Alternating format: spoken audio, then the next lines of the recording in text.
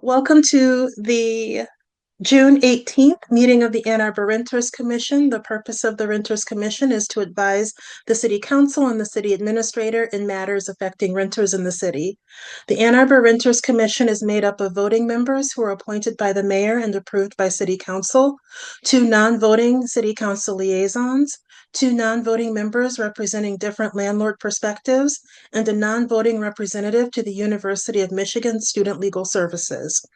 To speak during any of the public comment opportunities, you'll be able to speak through the webinar link or by phone, depending on your method of access to this meeting. To be called on to speak, callers must press *9 by listening by phone, or use the raise hand feature if viewing through the web link a2gov.org/renters commission meeting. You will then be called upon by city staff one by one using the last three digits of your phone number or by username if available for those accessing through the web link. You'll hear an automated announcement that the host is allowing you to speak. Please state your name at the beginning of your comments. City staff will indicate when callers have 30 seconds left of their 3-minute comment period. After 3 minutes, they'll be placed on mute so that we can proceed to the next speaker. Moving on to roll call. Please state the city or township where you're attending the meeting from. I'm Commissioner Ratcliffe, and I'm here. Commissioner Else? Here in Ann Arbor. Thank you. Oh, I'm in Ann Arbor.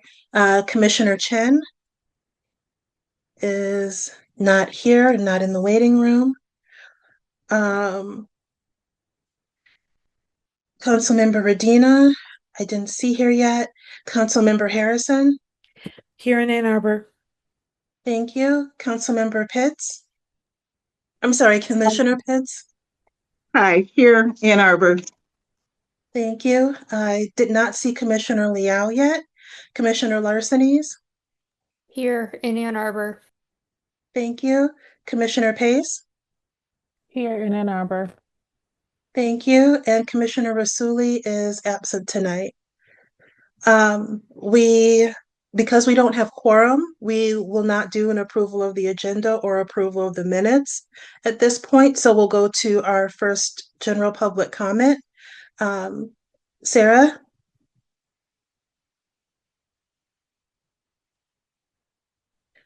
There is nobody in the waiting room with their hand up. If you do want to speak and you are in attendee mode, please put your hand up.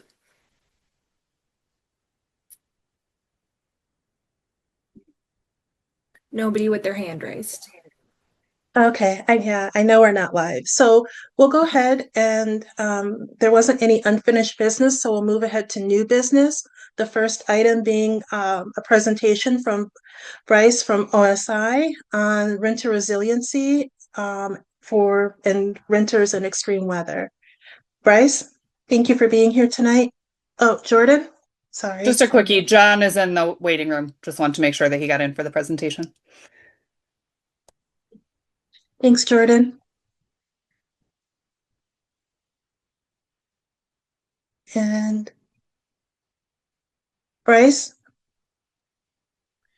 Hi all. Oh yeah, is the representative or the person is in the room now. I can begin my presentation. Just want to make sure I'm not starting before anyone's ready. You You can go. start, Bryce. Yeah, I don't Okay. know. John might be having technical issues. All right, great. Sometimes he stays in the waiting room and he doesn't actually join in. He just kind of listens.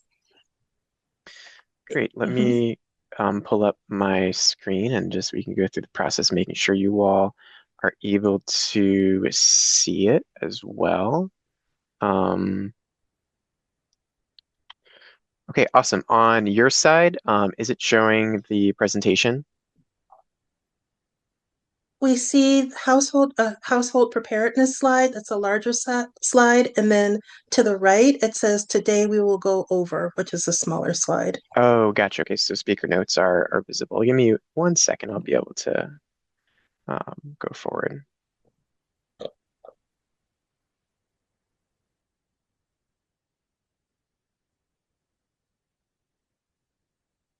Awesome. How about now? Are you all just seeing a singular slide? Yes. Awesome. Well, Good evening, all. My name is Bryce Frolick. I work for the City of Ann Arbor's Office of Sustainability and Innovations. I know some of you in this call. Nice to see you again.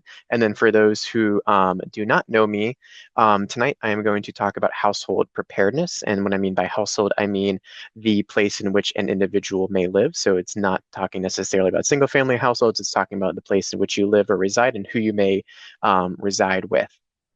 And the focus of this presentation is going to be highlighting some of the ways and resources the city has to help you and your households, the folks you live with, prepare before what I'm classifying as disruptions.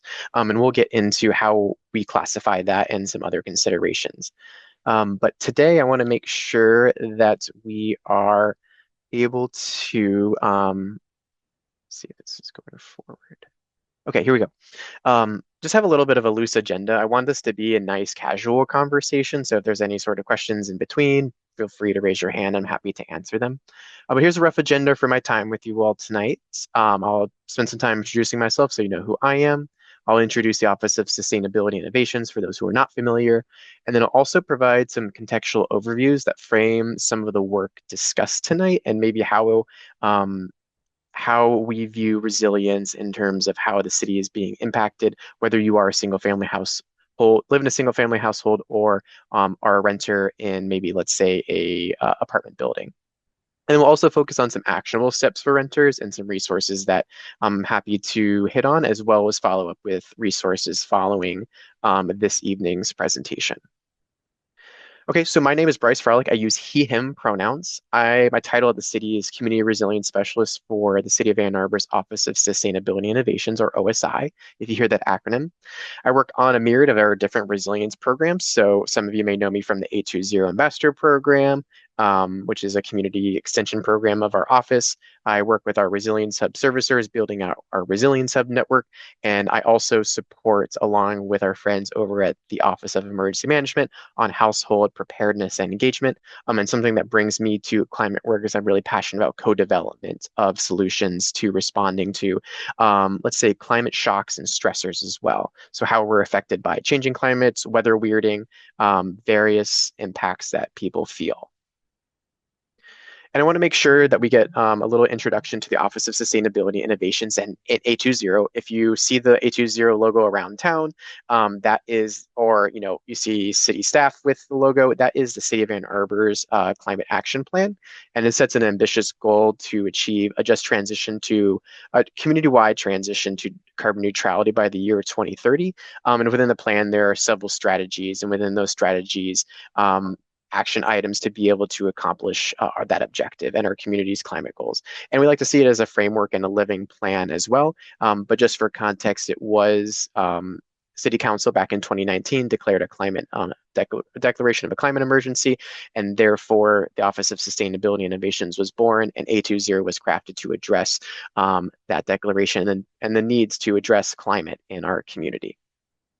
And the specific strategy that a lot of my work plan specifically falls under is strategy 6, which is enhance the resilience of our people and our place. So that is the main title. And then you can see the 6 subsequent actions that are below, which include investing in resilience hubs, fostering neighborhood and youth ambassador programs, which takes form of the 820 ambassador program.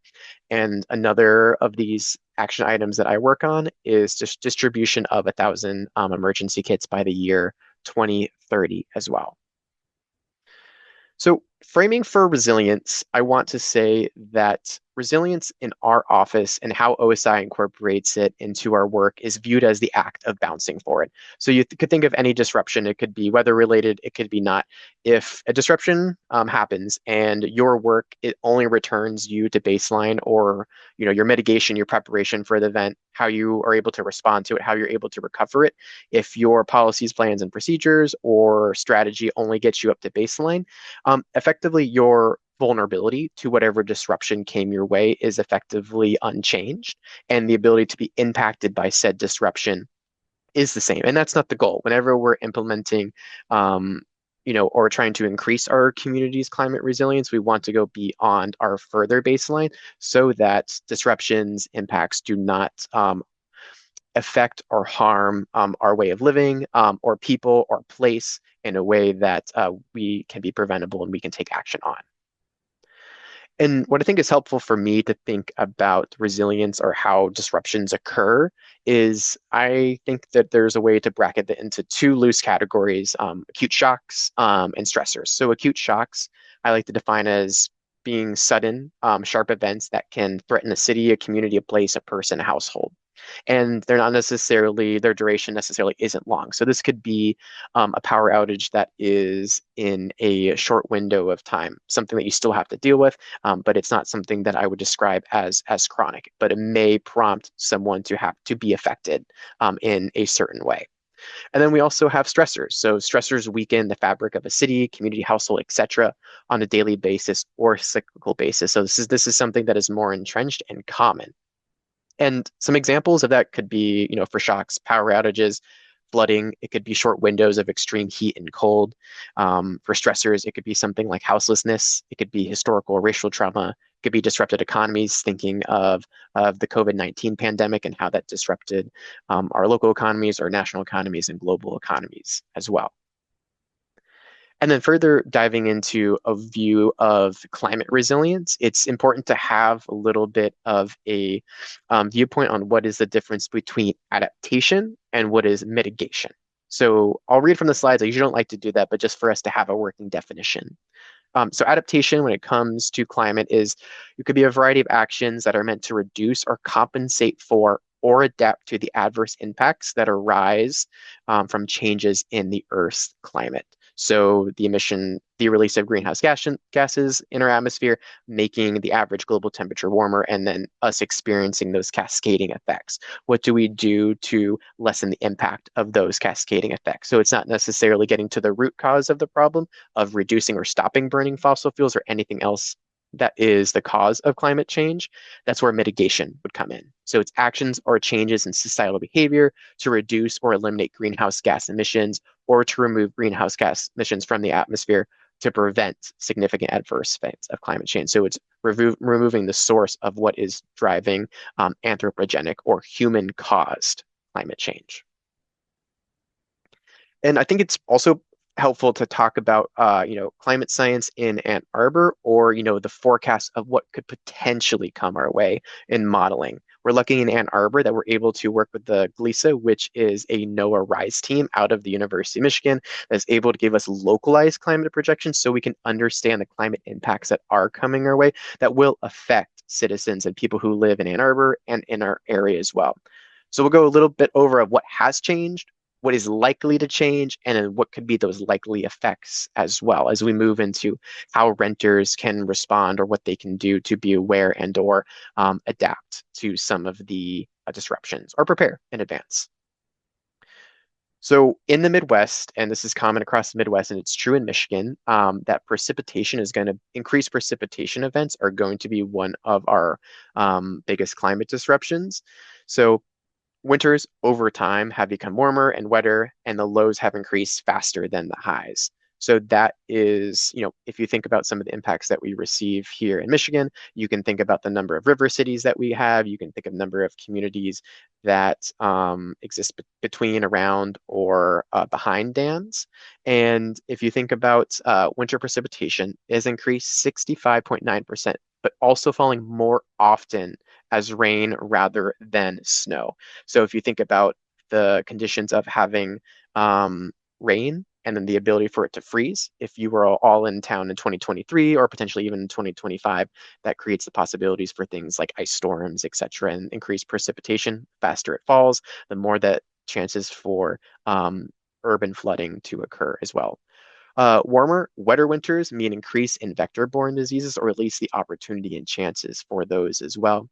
And then there's more instances of air quality and hazards from wildfire smoke as well. I don't know if you all have been in Ann Arbor for the last few summers, but if you have experienced wildfires from our friends over in Canada coming our way, and that smoke affecting, air quality in our localized area.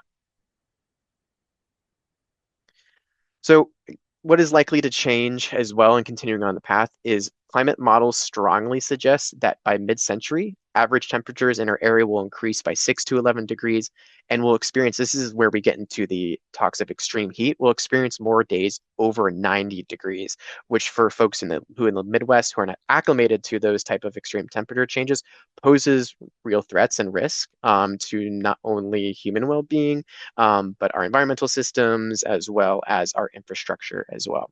And then smoke from wildfires will become more common. We could potentially come into a season where monitoring air quality and the adverse effects it has on people's health becomes a standard practice. And the science suggests that in the future, Ann Arbor could experience more extreme heat, as I demonstrated on the last slide, severe weather and strong irregular precipitation events. And depending on what is called an emissions scenario, so there's commonly spoken as different passive emission scenarios. So to the ability that we are as a greater society and global society able to reduce and curb our emissions use, there's a couple different destinations on where climate impacts may land. And the slide that you see on the screen could be the potential movement of climate of the state of Michigan, depending on a lower emissions scenario. So that means that we're doing a good job in reducing our greenhouse gas emissions and curbing the effects of climate change, or potentially status quo and or increasing the release of greenhouse gas emissions into the atmosphere. And by mid-century, our climate in Michigan could be more similar to what we see around Kentucky or Missouri compared to our current Great Lakes climate year-round.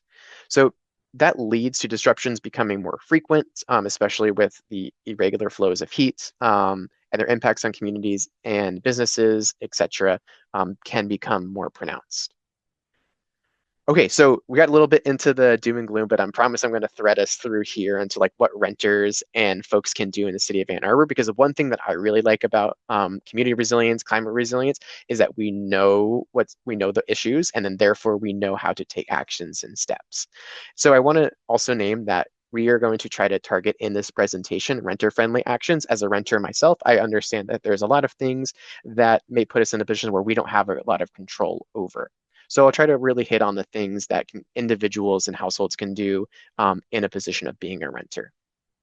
And also name that if I think about resilience as a pie, resilience is a lot of systems work, right? It's about thinking about how do we set up our society to curb the impacts of climate change. And there's still a little bit of pie when we think about in systems work where we can make room for individual action. And though that piece of the pie is smaller, it is still important and impactful and on people's lives.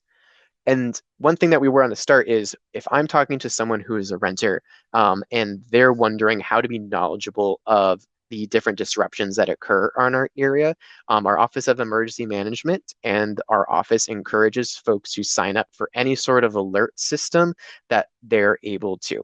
And this of course factors into maybe the potential of them having a cellular device or a device that can receive messages, emails, or MS messages. And there are three main ways the city can contact you directly around emergency alerts.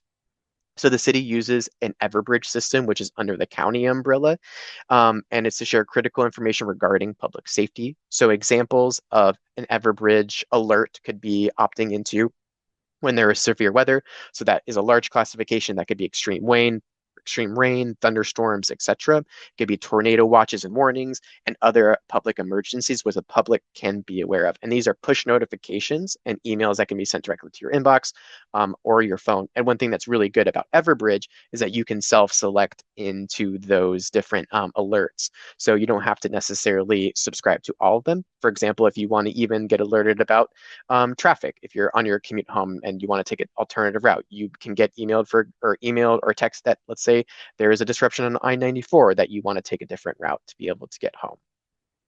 The wireless emergency alerts, you all may have experienced this recently with the tornado that came through Ann Arbor. It's the force push scream that comes through your phone from the federal government that lets you know that there is an imminent risk or disruption that is in your area. And it's based on a given boundary or geotag as well. And then something that you also may hear verbally is the mechanical outdoor warning sirens. So the city has itself a system of 22 outdoor warning sirens that will be activated for a variety of emergencies. So I know a lot of us associate with the sound of a siren with a tornado. What's important to know in Ann Arbor is that these are extreme weather outdoor sirens. So they will not just ring only they will not ring just for tornadoes. They may ring for extreme thunderstorms or if there's any sort of extreme emergency that will require folks to be inside. And then one thing they're actually designed to do is to not be heard inside. So if you're outdoor, they're signaling folks to go inside. But they do include tornado warnings, local emergencies, winds of 75 miles per hour or greater, which do pose a risk to um, debris being thrown around and therefore harm if you are outside. And then also potentially hazardous materials incidents. So one thing we always encourage when we are talking about household preparedness is for folks to be able to not only have themselves for alerts, but encourage their households and those that they live with to be signed up and to specifically dial in to anything that may be personally afflicting, such as extreme heat, if you may be vulnerable, especially vulnerable to extreme heat. Talking about, I know we mentioned wildfires earlier. Something that we want folks to also know is that the state has around the state of Michigan air quality monitors, but I believe the nearest one towards us is far enough away, I think it's in Detroit, to make us feel that we want to have we want information that's localized because even though Detroit may only be 45-minute drive away, the air quality can be significantly different between Detroit and Ann Arbor. So the fact that the city has 10 air quality monitors installed across the city, and 10 is a lot for the area that we have, but what it does is allow us to have localized real-time data because different parts of the city may also have different air quality. And these air quality monitors are assets that are managed by the Office of Sustainability Innovations, and they collect data on particulate matter, nitrogen dioxide, ozone, and weather. And all of these data points are various collections or things that are in the atmosphere that could affect someone who could be vulnerable to diminished air quality. So you could think about someone with asthma. You could think about athletes who are practicing after school. You could think about kids who are just playing outside. You could think about people who have to walk, bike, commute, etc. And one thing that we want to make sure that folks know that dashboards are available to display live and historic data. So you can essentially see over time on certain days, the history of Ann Arbor's air quality since these monitors have been installed. You can understand what it is in live time. And then there's also an opportunity to sign up for live alerts. So we are working with the manufacturers of our air quality monitors, Clarity, to develop, well, it is live right now, to develop a air quality alert system. So I can share the website address and how the instructions on how to sign up for air quality alerts, but you can register to receive push notifications to your cellular device. And I believe it can be through phone and email. I'll double check that. But essentially what it'll do is you can alert to be able to be notified when the air quality hits a certain restriction where it is unsafe for the average population to be outside. And we are working with Clarity to also opt in for the different designations. So if you know someone who may be more sensitive to the changes in air quality, such as maybe a person with asthma, we're working with Clarity to be able to opt into the sensitivity level or the air quality level that you would like for your own personal well-being and knowing. And then you can see right there, the alerts will be able to sign up on page. Great. And part of my role in an explicit within the A20 plan is the distribution of 100 emergency kits by 2030. And our office, along with the Office of Emergency Management at times, host workshops to instruct the use of emergency supplies and the distribution of kits and help develop preparedness plans. Because one thing that we emphasize with whether you are a renter or it's anyone in the city of Ann Arbor, is to be able to prepare in advance for any disruptions that may affect your household. So materials such as a framework to be able to have a conversation with those that you live with on how to prepare for the various disruptions that are region experiences, especially folks who live in the city of Ann Arbor. I'm sure something we all would have in common is if I raised your hand and asked you, like, hey, have you ever experienced a power outage? I'm sure that's a really quick way to experience a commonality in Ann Arbor. And we have these resources along with the Office of Emergency Management to help folks craft a preparedness plan. And then what is, I think, unique about these resources that maybe beyond some of the resources that are available at the federal level through organizations like FEMA is that we really help you try to sit through the uniqueness of your household. So think about the composition of the folks that you live with. Do you have small children? Do you have pets? Do you live alone? Do you have people who live in your household who may have different degrees of mobility and may rely on either a mobility assistant device, etc.? Be able to take in consideration ahead of time what those needs are for the uniqueness of your household. Because we want to emphasize that planning ahead is part of that preparation circle of hazard mitigation that we saw on the slide earlier, that being prepared in advance is some of the best ways to be able to lessen the shocks or impacts of any sort of disruption that comes their way. So for example, that could be if there's a power outage, understanding if your household what supplies they may need, whether that is food, whether that is the ability to store medication or a need to take medication with you if you need to evacuate your household, or understanding if you have a medical device that relies on power, etc. Just the ability to identify who may be afflicted, and then also who is responsible for responding to said disruption, either collectively or as an individual. And it makes ahead for common and severe disruptions. So we want to definitely say that preparedness is kind of how you eat an elephant. It's one bite at a time. So you don't have to plan for everything all at once, but to identify some of the more common things that you may experience. So that could be extreme heat in the summer, like we have recently experienced. It could be the change in air quality due to wildfires in Canada. It could be power outages due to thunderstorms. It could be a large range that you can set yourself to. And within these preparedness planning guides, it'll talk about the planning aspect and also the material provisioning aspect of it. So meaning like, can you have a list of the things that you might need for the uniqueness of your household? The number of flashlights, the number of band-aids. Do you need some kids' toys to be able, or books to be able to help young ones get through a disruption once you're on the other side of it, etc. And the ability to identify supplies that may be needed. And we have a running through of some of the common disruptions that occur, as well as suggestions for a base start for folks, understanding that the uniqueness of your household may require different material supplies and or needs given the situation. But the ability to plan in advance and identify the resources that are either next to you, close to you, or something that you can procure yourself is something that we recommend in household preparedness planning. And I'll get quickly to the aspect of, for those who are property owners or landlords, resilience in green rental housing is explicitly called out, specifically the household preparedness. So in the green rental housing ordinance, there are a few items on the green rental housing checklist. So there's a location for landlords can earn points towards the green rental housing checklist by having a location for storing sensitive medications and medical devices during emergency situations. They can provide information on severe weather alerts, similar to some of the information that I showed you earlier, and make sure that their tenants are aware that these resources are offered in the community, and then also provide an emergency kit in a unit. And then there's resources on the Renters Hub for folks who are landlords and property owners who are interested in learning more about emergency preparedness. So there's links. I can send a follow-up email to Office of Emergency Management's website.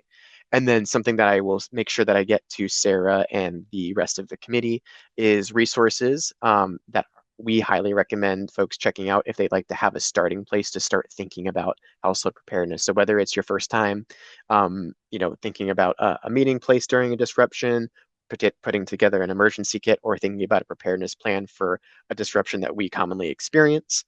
These resources can be a great starting point, as well as other professional departments such as the Washtenaw County Health Department, the Office of Emergency Management, the City of Ann Arbor, etc. So I'm happy to answer any questions or happy to hear your thoughts as renters on your experiences, thoughts to any of the programs. And I will also leave my email up on the screen for folks to be able to write down, and happy to follow up with any questions. And I'll stop sharing as well.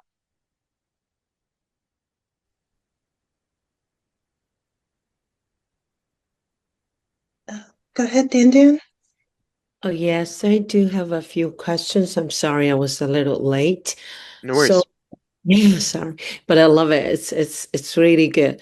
But I do have a few questions. And Hmm. about the air qualities, you did mention that one like the fire from Canada or something will affect the air quality of the Ann Arbor or something like that. Um, Except that, are there any other things that would affect the air quality, like the Ann Arbor itself? And what is Hmm. major pollution part in Ann Arbor itself in the city that will Hmm. use those things that would affect the air quality? Something like that. That's my question, first part. Yes, Hmm. thank you. Yeah, great. Do you want to say your second question? I can answer them both at once. So, for the Ann Arbor city itself, what Hmm. is the major source that will affect have the impact of the air quality of the Hmm. city from itself, the city itself, Hmm. and then there is the outside. So that's the part I'm a little bit interested in, please. Yeah, for sure. So what I'm hearing you say, Dan, is that you want the effects of like what can we do here locally or what impacts air quality locally beyond, maybe some of the things that we control. And that's a great question. So I would say largely in terms of air quality, if you think about our city, we have a lot of cars, for example. So anything that has emissions that uses a fuel source that is not good when burned for people to ingest can impact the air quality. So yes, those who are living on roads, for example, may have worse air quality, very localized, than someone who is off, a high commuter path, because that tailpipe is, when you are in a combustion engine, you are burning fossil fuels to be able to transport yourself. And that is just a side effect of burning fossil fuels, is that there is the emissions that are sent into the air. So that's something that is very localized that we can control. And that comes from, it could be how we move, where we live. There's a lot of different things. And there's also important, thinking about not just outdoor air quality, but there's also indoor air quality. So the fact that, I have one because I'm a renter as well. But if you have, like, for example, a gas stove and you are burning fossil fuels in your home. So there is studies and research that shows burning on a gas stove does decrease your inside air quality as well. So I would say anything that you can connect to fossil fuels being burned, or it could be like a localized fire, for example. Anything that is putting something into air that's particulate matter that's not good for humans to breathe in does decrease localized air quality. So it can be local, it could be national, be global in between international boundaries. Thank you. Hannah? I have several questions, but one of my first questions is related to what Dan was asking about air Hmm. quality in general. Um, so say I do get an alert that the air quality outside is pretty bad. Maybe I do have like asthma or some other respiratory Hmm. thing that's concerning. Um, I suppose a renter could get like a HEPA filter for their indoor space. Could landlords potentially get air filters with like a higher MERV rating to help improve the indoor air quality? Or I guess the bottom line of my question is, yeah, once you get inside, how could you control the air quality of your rental unit? Yeah, that's a great question. Thanks for hand, because indoor air quality is important to be, to stay safe. And I think I don't want to misspeak because I'm not necessarily a building science professional, but I know in terms of what we do in terms of recommendations, we aren't public health professionals, so we follow the guidance of public health professionals, so including those folks at the county, and then those folks also follow like federal standards as well. For example, the EPA has like a really robust definitions of like air quality, and so like at what stage does like certain concentrations of particulate matter fit into certain categories, and then what is the advice to be able to respond to that. So I want to make sure I don't misspeak, but I know that there are guidelines at those levels to be able to inform building science as well as individual action, whether it is best to wear a mask of some level, to not wear a mask, are made at those levels. And I think following those public health advice and those professionals will probably be the best case advice that I can give you. And I have one other quick question before I open it up for everyone else. Uh, but I guess my next question is for folks who maybe have some mobility issues, maybe they don't have Mhm. reliable transportation, and we're experiencing some sort of weather-related event, whether that's extreme heat and they don't have air conditioning, maybe it's Yeah. extreme cold and they don't have adequate heating for whatever reason. Um, what should these people do to get help to like go to a warming center or to Mhm. just a more habitable environment? Do they call 911? Does the city have some sort of number they could call for transportation?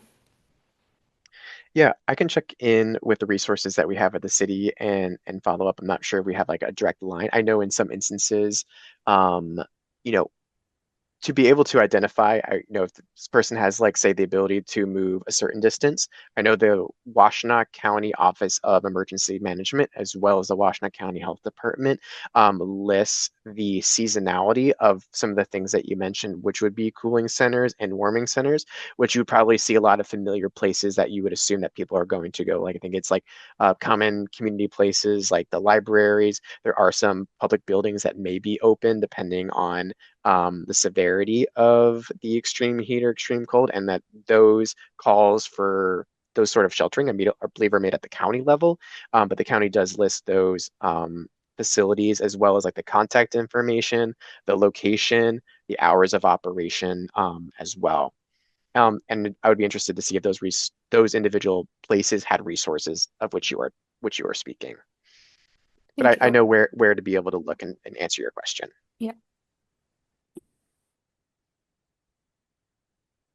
Yeah, thank you. Because, like, I know for people who do have a ride, you can't call, the day of in order to be able to get to Mhm. to those centers, and so that's kind of an issue. And it'd be nice if there is a way for I don't know if the city could partner with them somehow or talk with them about how it could be done, um, because all alternative forms of Mhm. transportation people aren't all able to do, and sometimes it's hard to get an Uber or Lyft if it's somebody who uses Mhm. certain mobility devices. Thank you for the presentation. It was pretty wonderful. I've seen a lot of presentations, and this was one on resiliency, and this was one of the better ones that I've seen. Um, I do have a couple of questions. One is, like in Europe and in some states in the US, and I think the latest one might be Utah, where you, as someone who is a tenant, you can buy kind of like a personal solar Mhm. device, um, which is basically like one solar kind of personal solar panel, not the kind that just is like a battery one for your cell phone, Mhm. but it's a larger panel. Is that allowed here in Michigan? Do you know? I mean, it's not like a big thing, but it does help if, let's say, like you do have medications. Right. Um, Bryce, I can take this one. If that's all right. Mhm. Um, Go ahead. yeah, this is something that we've been looking a lot at here. And the short answer is here in America broadly, it is not quite something, or is not something we currently have yet. Some of the states that have passed it, they've passed the legislation with the understanding of once this is approved for use, then it is approved as well. And there's two things that we have right now, and that is one, we don't have any panels here that are I forget what it's UL rated. It's like Universal Laboratories, and that's like a rating system that measures the safety of equipment. And then two, we would need something in our national electric code around that, because basically in some of the places where it's more common, primarily in Europe, the way that their outlets interface with some of these technologies is a little different than what we have here. So we don't currently have the capability to do that. And Michigan is looking at some of these legislation as well, similar to what some of the other ones have seen. And so that's something that we're actively following and looking at to kind of figure out what we might be able to do around that. Because like you said, there is a lot of promise in this technology and something that we're really excited about. And we're just kind of waiting to get in those situations where those technologies are fully vetted and rated and things like that. Because some of the concerns could potentially be, especially with that, like the outlet structure we have, there could be a fire risk and things like that. And so we just want to make sure that we're getting everything, not just us, like we're not controlling these codes and things like that, but those who do are just making sure those. So actively looking forward to it and actively looking to see what could be done around that, hopefully coming in the very near future. So if we see someone for sale online, don't buy them. Yeah, probably. I mean, at this point, just to be Probably. safe, that's Yeah. probably where you are. It's one of those gray areas of the code. There's nothing like that bans it, but yeah, there's Mhm. nothing that's like it's safe to do Safe. at the moment. Okay. Yeah. Okay, thank you. And then you mentioned Bryce, you mentioned the emergency kits. Are those actively being handed out now? And if so, how do people hear about those events? And is there anything that the Renters Commission can do to help advertise those events when they do happen? Yeah, thanks for that question. So the emergency kits, I can talk about some of the history of where they have been handed out before. So we have focused some of our efforts on handing out kits at locations where the access to some of the provisional or material goods and maybe a little bit of a financial burden or a financial barrier. So we have worked with some student groups, so such as students at WCC. We've also done kit distributions at some public housing sites as well, and then also kit distributions at some of our resilience hubs as well. So actively, the program in terms of distribution of emergency kits, it has no events lined up right now, but that's we're working on the program right now to be able to potentially access and institutionalize it in some other deeper places within Ann Arbor. So those are to be determined right now. But to get on your second question on how to be able to learn about it, I would say the best way is to follow city communications, especially the Office of Emergency Management or the Office of Sustainability Innovations. Because, for example, we may host during National Preparedness Month last year, which is the month of September. We had what we were calling office hours, where folks could sign up for time slots, come in and be able to be walked through the scaffolding to be able to start their preparedness plan, and then be given I would say, like the baseline kit, like a starter kit for them to be able to have that material provisioning. So to be able to share that would be, I would say, follow OSI Communications in the Office of Emergency Management, specifically when we send out our newsletter, because we have all of our events that include the registration links, because some of those may be time restrictive as well as quantity restrictive as well. But those would be, I would say, the most common ways, especially with our other programmings as well, not just this one. Thanks. And Kim, I saw your hand was raised earlier. Yeah, it was, but you asked the question. I was going to ask Bryce. Hello, Bryce. I was going to ask about the emergency kits, and how they are available and what is actually in the emergency kit. Yeah, for sure. So we have it, to be transparent, it depends sometimes on grant funding. So sometimes we've gotten grants to bolster kits as well. But some of the baseline kits that we have that we distribute out are something that is watertight. So in the past, it could be a bucket, it could be a waterproof bag so that folks can store, whether it's like personal documents, food, flashlights, and protect those from the weather. A hand crank radio, which is one of our core assets, which essentially includes it's a device that can be a weather radio as AM, FM, and then WB, which is the weather broadcast. It also acts as an LED flashlight. It acts as a phone charger, and it's a dual faceted device where you can also, let's say the batteries run down, you can physically and manually charge the device Okay. to be able to use in a situation, a first aid kit, and some other basic supplies such as a can opener, first aid kit, and an emergency blanket.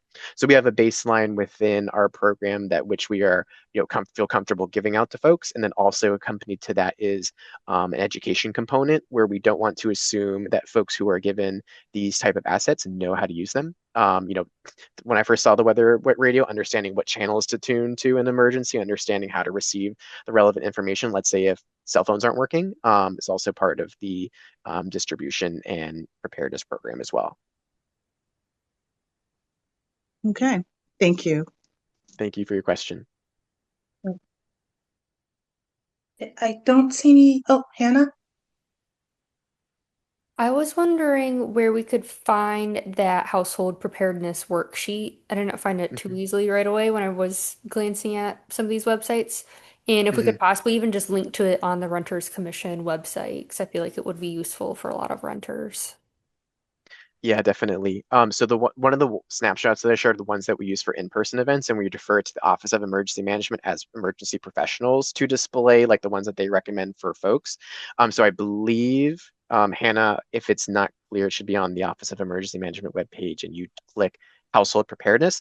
And if I'm also happy to share a follow-up, the template that we use for our in-person events as well, and I'll note that down. And I have one other question. I don't know if y'all will have the answer to. Um, but it seems like OSI has done a lot of projections for possible natural disasters that could happen in Ann Arbor and how they may be increasing over time.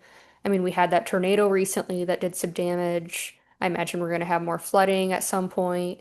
And these large weather events can have catastrophic displacement effects on households, especially renters. Like I imagine a entire apartment complex could be affected. Has there been any projections for how these weather events could cause displacement, and then possible plans of like how to deal with like if a large amount of people are suddenly unhoused due to a natural disaster, how as a community can we deal with that and find short-term housing? Yeah, I'll answer that first question. So I'll be clear that OSI is not the one doing the climate projections. What we're leaning on is partners in our community. So we are leaning on climate scientists and climate scientists to be able to make these projections. So these climate scientists are housed in the University of Michigan School for Environment and Sustainability, and they are housed in what is called GLISA. It is the Great Lakes Integrated Science and Assessments Team, and they're under NOAA. And they are classified, I believe, formally as a NOAA RISE team. Their distinction may have changed, but they do provide climate uh, projections for the service area that they do. And there are NOAA RISE teams across the country, and their region includes Michigan and some other Midwestern Great Lakes states. So that they are using climate projections, and they are also, so some of their work has been featured in things such as like the National Adaptation Assessment and climate assessments. So we're talking to folks who know what they're talking about and know how to display data to be able to inform, how we communicate about climate impacts as well. But as far as the regulatory level of like how does cascading effects displace people or affect people, I don't think OSI has necessarily, at least in my position at my level, have not dived into what that displacement impacts could be, or what are the remedies in that particular scale that you mentioned.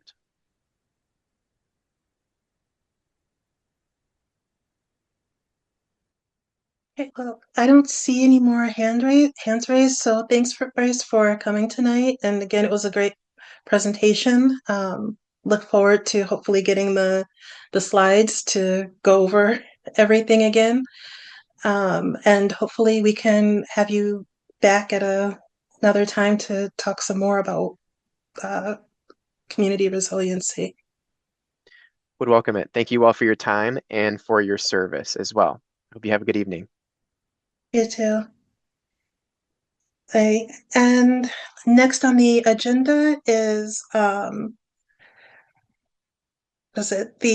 Green Rental Housing Information and Update presented by Joe Lang from OSI.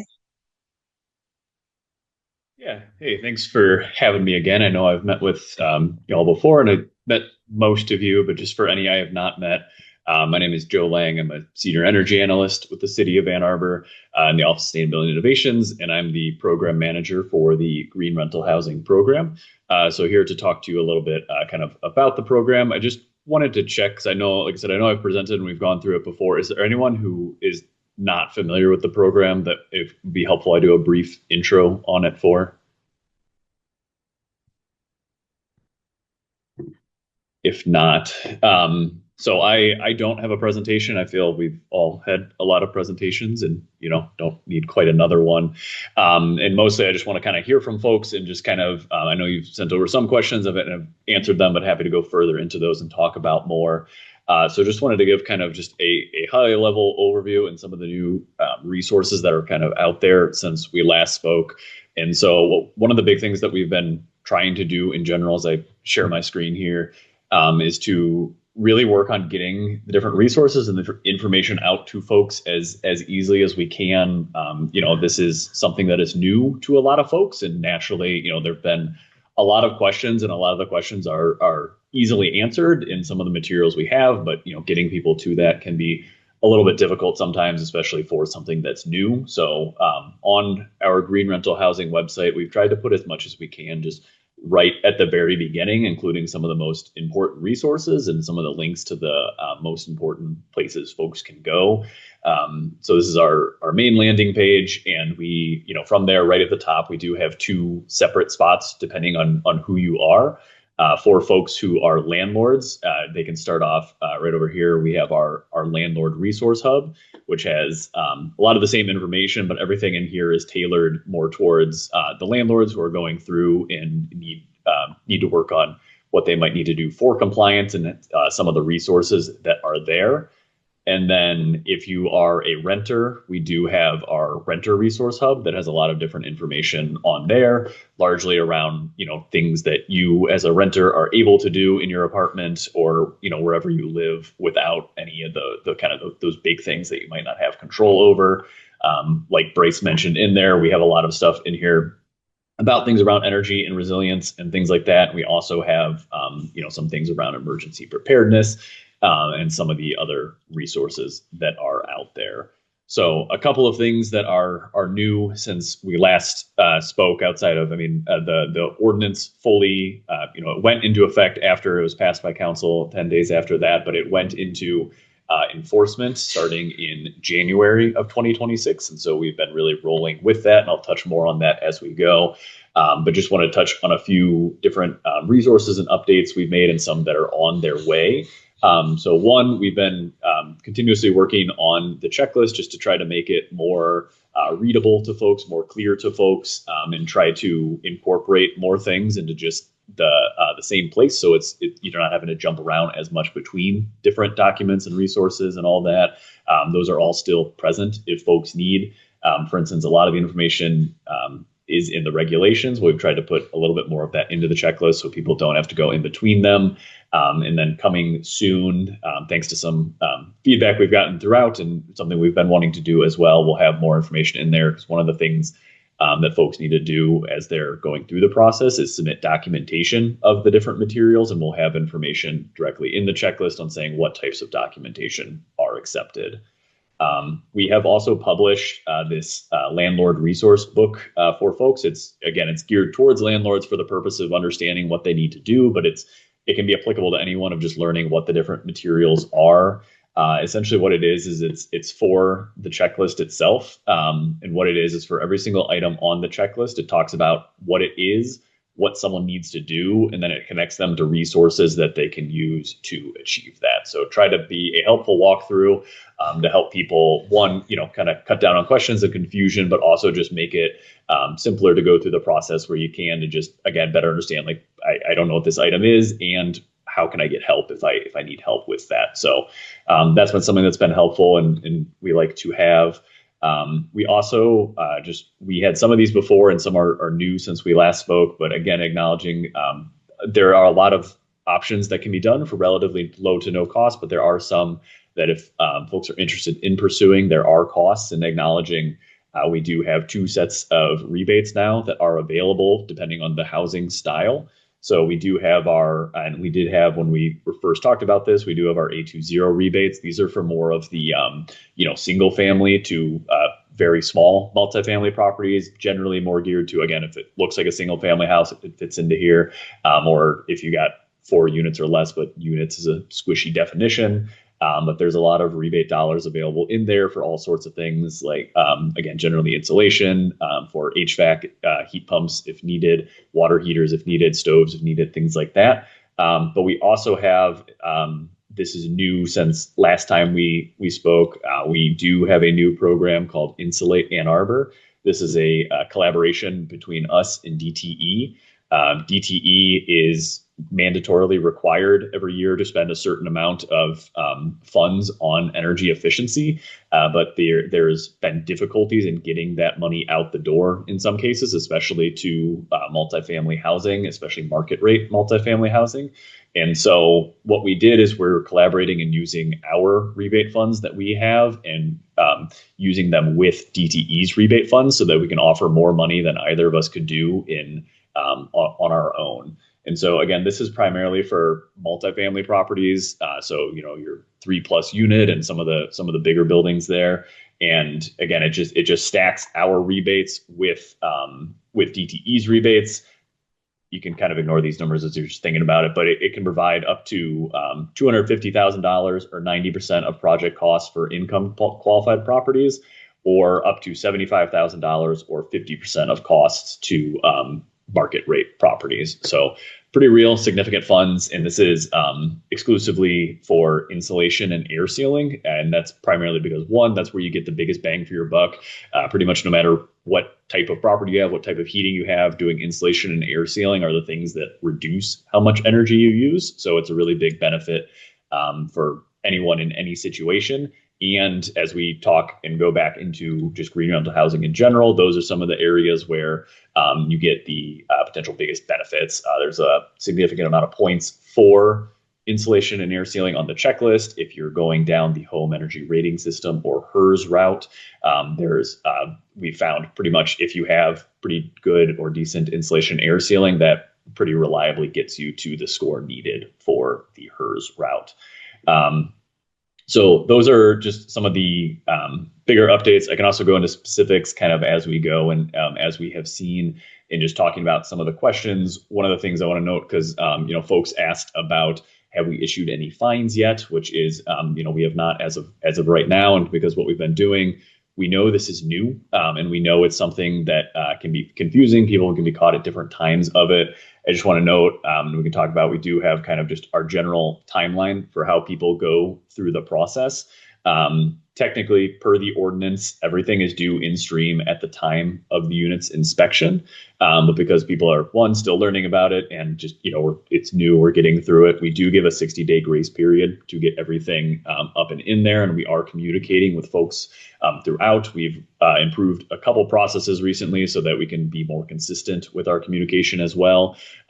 We were a little bit behind earlier on, and we've been able to put some things in place so we can be more frequent with our communication, so people are aware of what is happening. And what we do throughout is we really highlight and emphasize just, we want to work with people and we want to work with them. So as long as folks are reaching out, we're happy to work with them. We'll, if they submit something that's not quite right, that's okay. We'll work with them and we'll just kind of keep on moving through the process from there. As we consider enforcement, that is only when we have not heard from anyone. We have, we might have reached out several times and not gotten anything there, and that's the time when we would consider enforcement. And our first step for that is putting a poster on the door. And what that is just a sheet of paper. It says, hey, this property is out of compliance. It's labeled with green rental housing. It has information on there saying what they need to do to get there and who to contact. And also just noting that this isn't a safety thing or anything like that. So that is there. And then if we got to the point where we still heard nothing after that had been posted and reached out a few more times and called a few more times, that is when we would consider a property for being fined. Like I said, by the time we have gone through the process and we've reached out all these times, we have heard from people and we've gotten them going. So we haven't yet had to fine anyone as of right now. And like I said, by the time we would potentially get to this, we would have reached out to people, 7, 8, 9 times that have a poster on the property and all of that. And, at that point, we've kind of exhausted all our options there. So that's when we would consider that in the process. So we haven't yet had to do that yet, but it is, still a possibility that could happen. And so, yeah, that's our general process and how things have been going. I will just stop sharing here because the next set's not really in there, and just kind of addressing some of the questions that folks had, and I can talk through. I know some folks were wondering about how materials are shared, because again, for context, just in case you're not aware, everything is done for this through Stream, which is the portal that's used for permitting licenses and all of that. When the building department inspectors are out doing their inspections, they are not checking the components of green rental housing. They are just checking the traditional things that they do check. And so everything goes through Stream. The materials need to be submitted in there, whether it's the HERS pathway or the checklist pathway. And so everything gets uploaded into there. We do review that on our end, and then we work with folks back and forth from there. Everything, when it's submitted to Stream, is submitted. Only people who are on that particular license can view that. And so that's the people who are on the city review team and the particular landlords and any of their designated agents who are on there. They're the only ones who can see those materials, and those materials are not published publicly, so they aren't there. We can talk more about, I know I responded to this as well. Technically speaking, anything that is sent to a city could be FOIA'd in any way.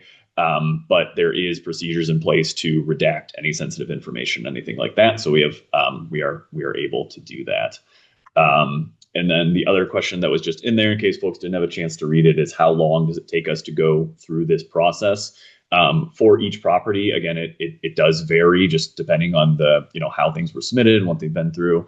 But if someone's submitting a HERS report, if folks haven't seen those, it's either one sheet of paper or a couple of sheets of paper that has the score on there and the information. So it honestly takes us less than a minute to 2 minutes to go through that. The checklist is where things can sometimes get a little lengthier, but in general, if everything is submitted, they got all their information in there. It takes us about 5 to 10 minutes to go through that, see that everything's in there, see that they've submitted their documentation properly, and it is verifying that information. So it's pretty simple and quick to do in there. There might be some things where it's uploaded in a couple different places. We got to jump around a little bit, and that's okay. And we'll get there. It just gets a little lengthier again when some of the stuff is not fully submitted in there. Again, we've had a lot of cases where folks have submitted, just use a number. They've submitted 20 different items, but they've only put documentation in for 5 of those items, or they've submitted a picture of something where they're claiming it's one thing and the picture shows it's clearly not that thing. And so we got to kind of go back and forth to make sure that they are getting the proper points for what they have and are doing the things that are there to help with the general efficiency, health, and safety of these units. So it can get a little bit lengthier in those cases, but those are just the ones where things haven't properly been submitted there. But overall, we've been working through this. It's certainly been a decent bit of work, as with anything. The first time you're getting a new ordinance in place and making sure that you got everything set up to get everything you need, work through everything, make sure the systems are in place. And so we have been continuously improving that and are working on more improvements as we go. We know, again, as with anything, the first, couple months of it are always going to be the area where you have the biggest, growth and need for improvement. And so we're certainly working through that. We're certainly learning more, and we're certainly making active improvements as we go, and we'll continue to do so. So that's what I have initially prepared to just kind of talk through and work through. But like I said, I'm certainly open to hearing feedback and everything like that. Like I said, we're actively working to make a couple different improvements, and we're always, like I said, we're just always looking forward to different ways that we can make things better as we go. So open to any just questions or definitely feedback that y'all have.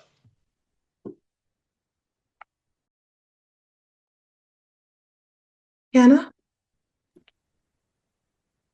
I'm curious approximately how many landlords are electing to do the checklist versus hers so far. Yeah, what our most recent we've seen is about 65% have been going through the checklist, and about 35% have been going through the hers. And the rationale for that has varied plenty between people. Some are like, I like hers because it just gives me a nice, easy number to do there, and I can just be done. Others, like the checklist because they don't necessarily want to have to pay for hers and they can do it on their own. They have that stuff, they're ready to go. So we've kind of seen folks all across the spectrum. But yeah, about 35% using hers, 65% on the checklist. And then I was curious to see what this looks like on the public side of Stream. I'm like, oh, maybe I could look up my apartment to see if the green housing thing is in there yet. I don't think my unit has done it yet. And I'm like, I don't know how to randomly guess units that have done it. So I was looking for an example. Is there something I could search in Stream to find like any unit that has it?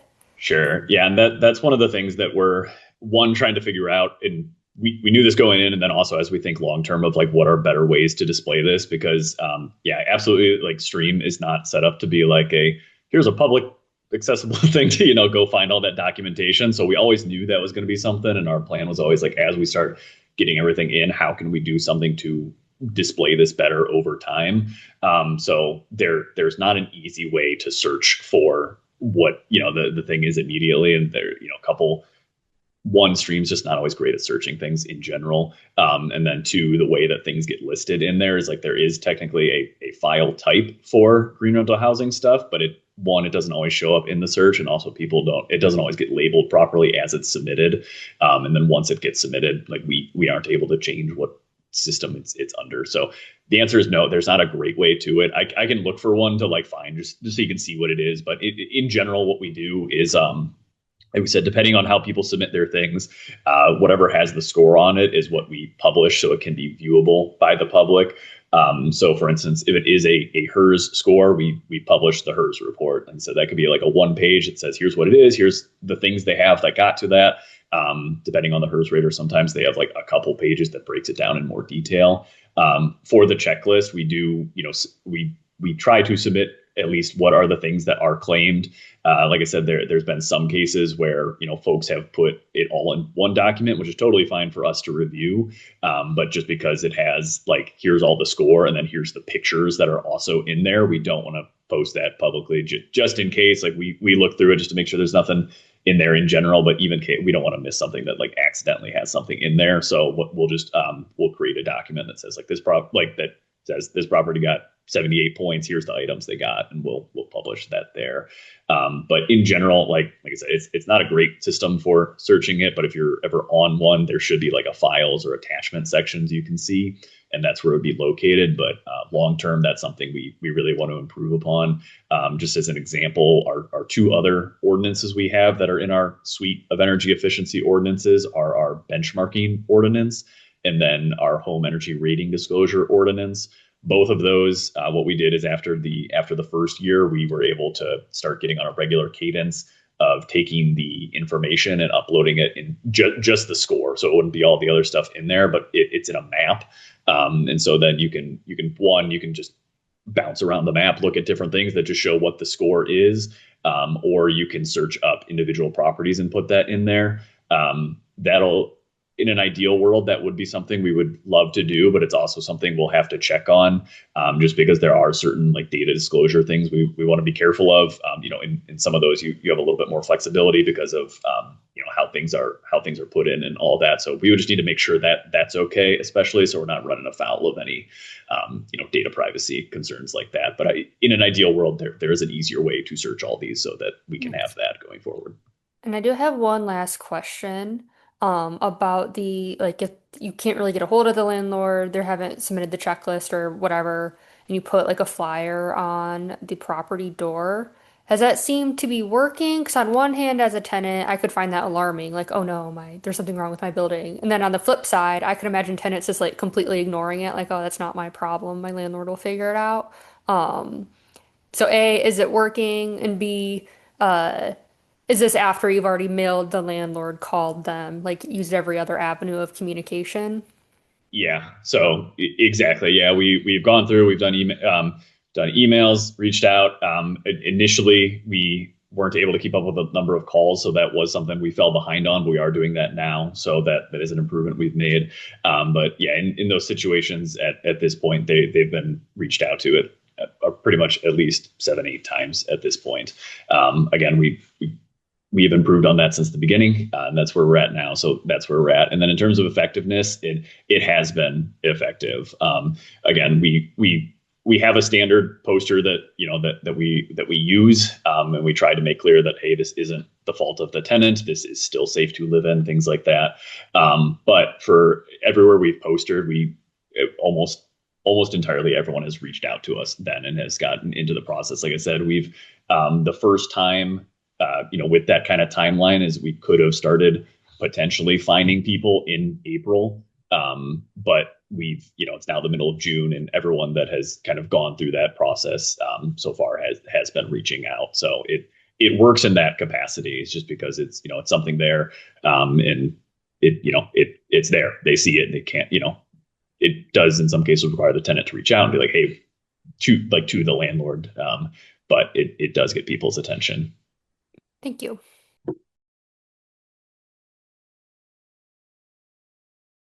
Oops, sorry. Jordan? Hi, Joe. I want to share that this has not been our experience at all. We did not get 7 to 8 contacts, and our building got posted. So I'm curious about that because we got literally one email with no address on it and no specific about what was not passed.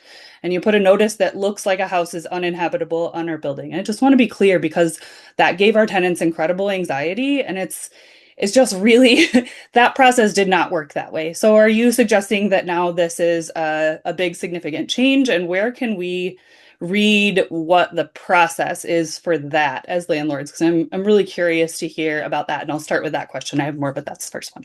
Sure. Yeah. And like I said, we have improved upon that. That is something we have gotten better at doing. I hear you. I know early on in that particular situation that was one where we could have done better, and we have been working to do better because of that. And we are in a better spot now for that. And then in terms of the process, are you talking about what the process is for how specifically we're reaching out, or just the general timeline of all of that? I mean, I think what you're committing to, if you're posting it, and the other thing, I obviously haven't seen if you changed the posting. Did you make the flyer look different? Does it still look like a non-compliant, non-safe unit flyer?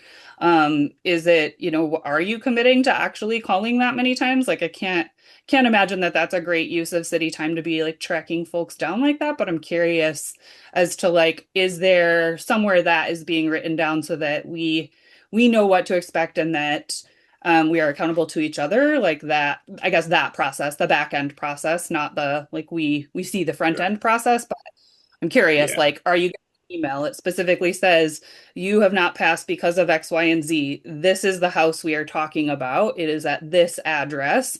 And then how many of those are people getting? And then when are you calling? And that part of the process is what I'm curious about. Sure. Yeah. So we have it set up. I don't have that just posted on the website somewhere, but it's something I can share with folks. So we have our internal. This is how we're doing our enforcement plan. We have it set up, and it is in Stream now, where it will send out those automatic notices.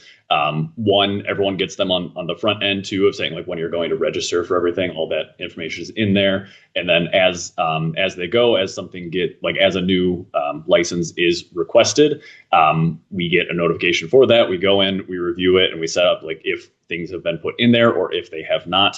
And then from there, Stream will send out biweekly notices. And once the inspection takes place, if nothing has been in there, there'll be a notification at that time as well. And then we send those out. We do what we do with folks is, once we're in contact with people, we can turn off those notifications so they aren't getting them. Just because, if people want them for some reason, we'll keep sending them. But we just, our thing is, as long as once we start talking to people and we start moving through, you don't need all those notifications at that point. So we can turn those off.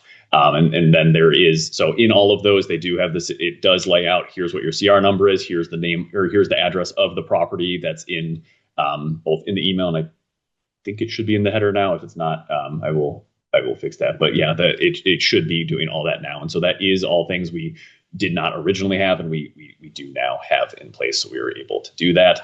The poster that's there is the poster that we use. I don't on my end have flexibility to change that. That's the one we have. I can try to bold and highlight more of kind of like it's safe, it's inhabitable, things like that. But the general structure is the one that we have. Thanks. I'll let Cynthia pop in, but who is that dictated by? Who can we press to change that? Because it should not look like an unsafe flyer. That should be a different notification for people who have had condemned units and experienced the trauma of this. Like seeing a notice that looks like that is a traumatic experience, and we need to change that process. That's the only answer to that. So who can we press to Sure. that change? Yeah, I'll reach back out. This is the template that was given to me by both that we use in all of our ordinances. So it's the standard one that's there, including our other housing ordinances we have that are in similar spots. So it's what I've been provided, and I can reach out and see what we can do on that end, and happy to work on that. But yeah, that's the standard one we've used in the other situations as well. I'll jump in real quick. Thanks, Jordan. And you may have already, thank you for Joe for speaking with us about this. I wrote down, you mentioned that you are committed to getting better at this. So what I wrote down is what specifically are you guys committed to getting better at, and when? Or did you already?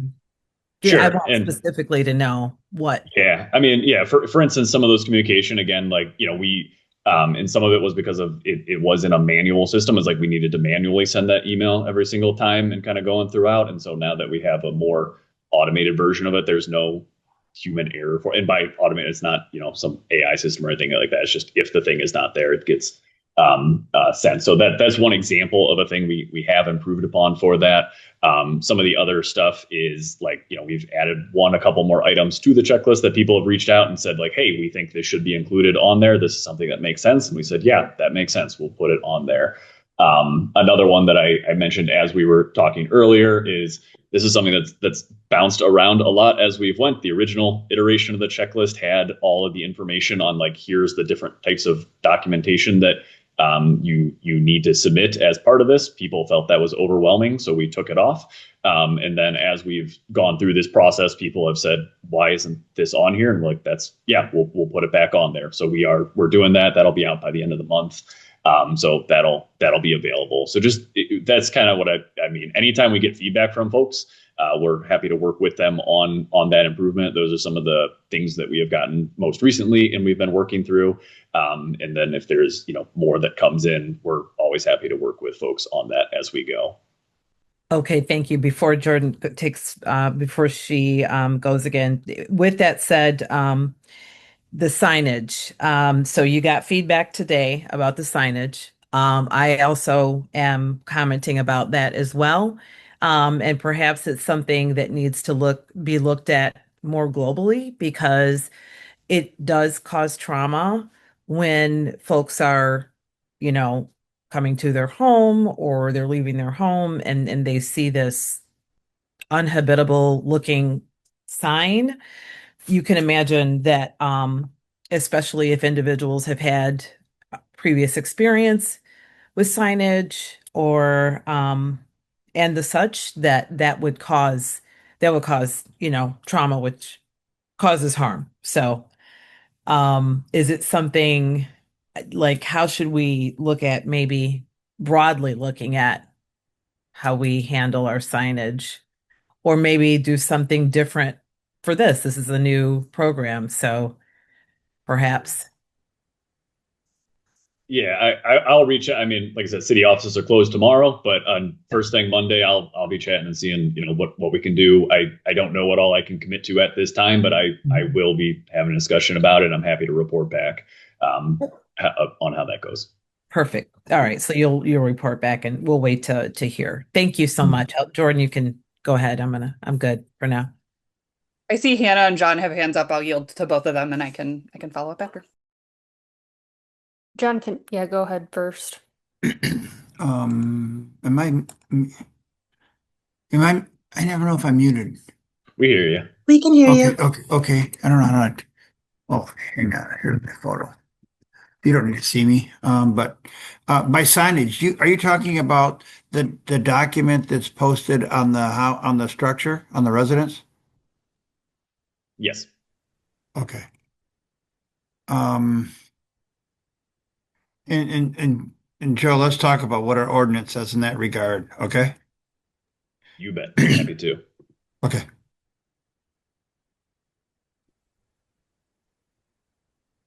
I have more of a broad question slash comment about the whole sign posting thing. Um, because I am one of the people who has had apartment being condemned. But for me, I signed a lease agreement, moved in May. In September, I had to file a complaint because I was having severe problems with my apartment, and that's when the city did an inspection. And they're like, "Oh, wait, your certificate of compliance expired in February," and they leased the place without a certificate of compliance.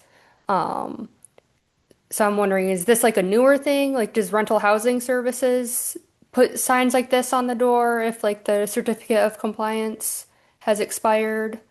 Um, it just seems somewhat inconsistent, I guess, because if anything, I'd rather they post some sort of sign on my door if uh, there hasn't been an actual rental housing inspection done. And I don't know, John, if you know, are there ordinances about like signage or regulations for stuff like this? Well, we don't. You guys keep saying signage, and I think of signage as like a metal thing next to a curb that says no parking. But there are It's a ordinances that Like a it's a flyer paper on a sign. It's door a yeah, yeah, for flyer. yeah, lack of yeah. compliance. Those are commonly used throughout the city of Ann Arbor to put either tenants or property owners on notice of potential violations, shoveling snow, trash, curb carts, all kinds of things, dangerous buildings, inspections, assessor's office. That's just kind of universally done. Sometimes that's often intended for the property owner rather than the tenant. Right, but when it's meant for the property owner, then it should go to the property management company. It shouldn't go onto like the unit door of a tenant, right? And no, And I'm not the gonna, I am and just not gonna agree to that. As the guy who works with community standards on enforcement, I mean, we can talk about this offline a little bit, but so many departments assessing community standards, building department, short-term rentals, so many, so many people enforce so many different ordinances impacting property around the thing. You could have like I say, blight, trash, no, noise, all kinds of stuff. And I right, but appreciate when you don't it's want it to but be when it's traumatizing, but We also have a lot but of property owners who don't live in the city, in the state, or even the country.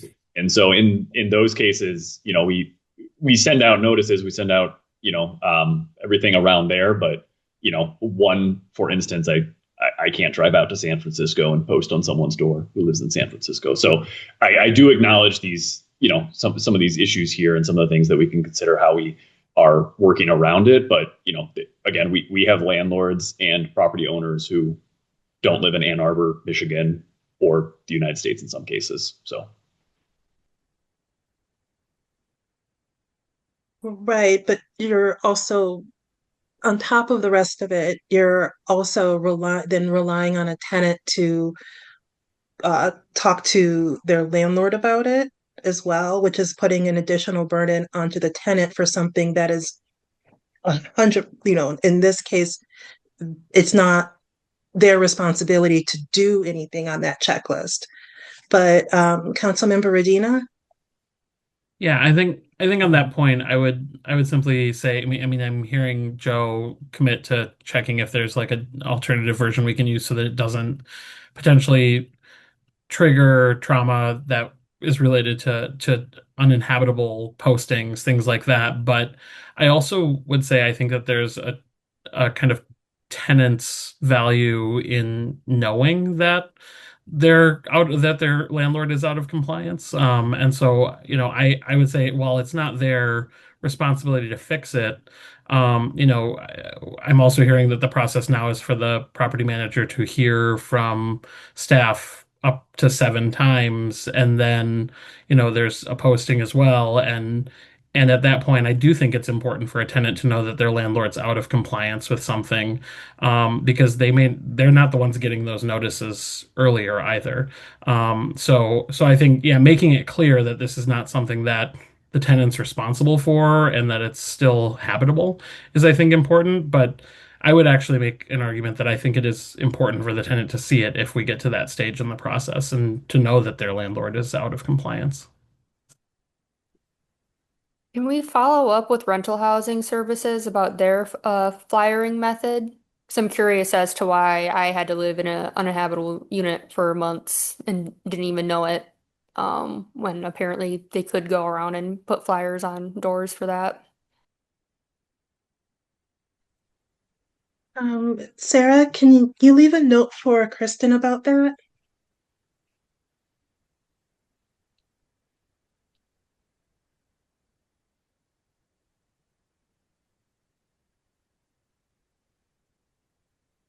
Oh no, Rosanita, I think you might be frozen. Oh, there you are.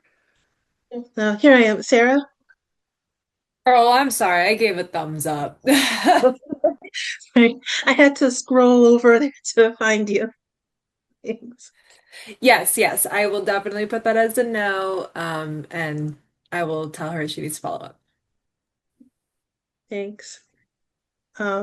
Anything else, Hannah? Jordan?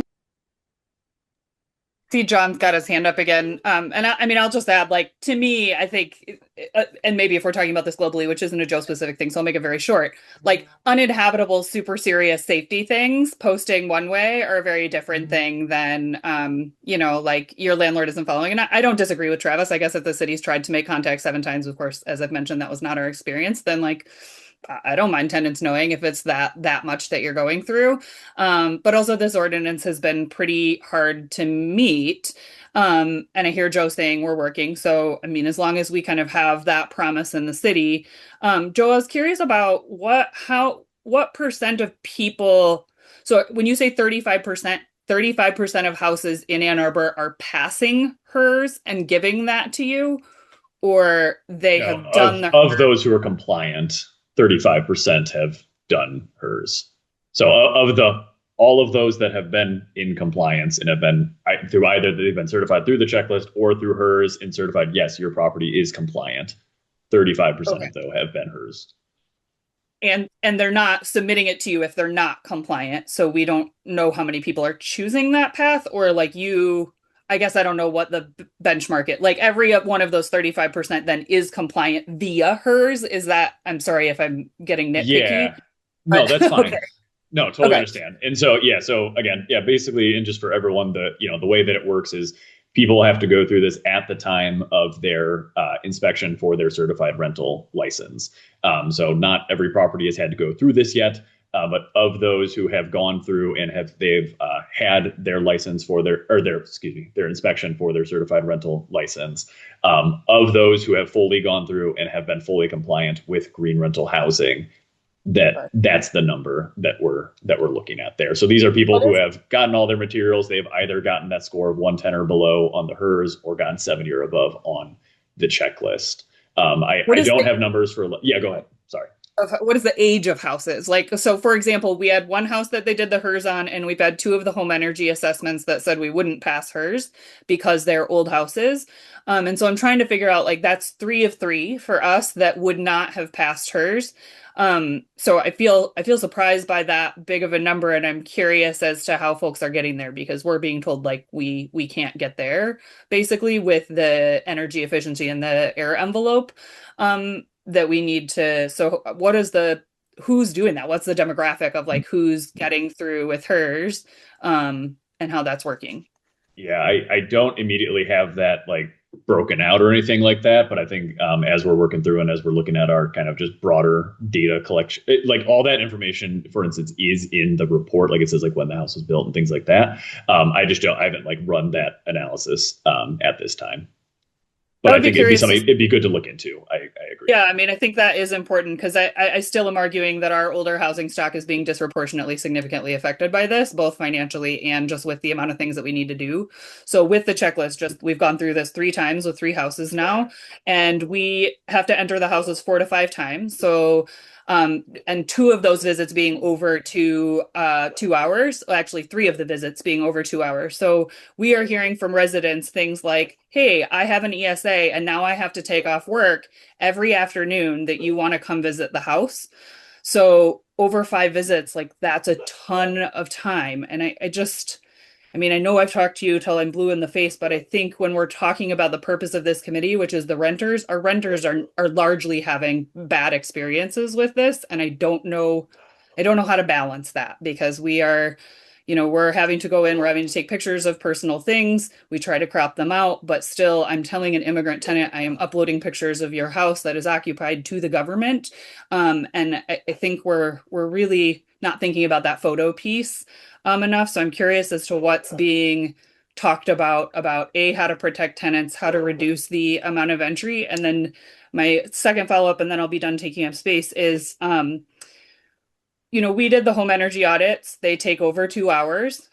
So for those who don't know, the city will provide somebody to go and kind of audit your home for energy. So we've been through 2 of them now. Why can't we utilize a resource to like go and just do a quick peek? Or why can't we use that as the assessment? Like we're paying for that service through a third party to go into the house and look at the house. Why can't that be part of the thing so we're not having to spend, I mean, for a 4-unit house, only 4 units, it was over 55 pictures. It took us multiple hours to get them, take them, tag them, upload them, get them to you. Is it being talked about doing something different? Are we realizing the burden that there is on smaller landlords? This is a part-time job now for us.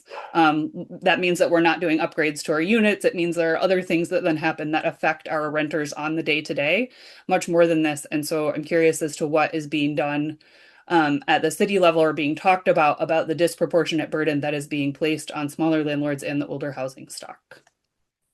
Yeah. So on the first one on number of entries, one, I know however we started this, there was always going to be an unfortunate timing where it was happening when, either in mid lease cycle, there's obviously no way around it. So, we do understand that and we're working to,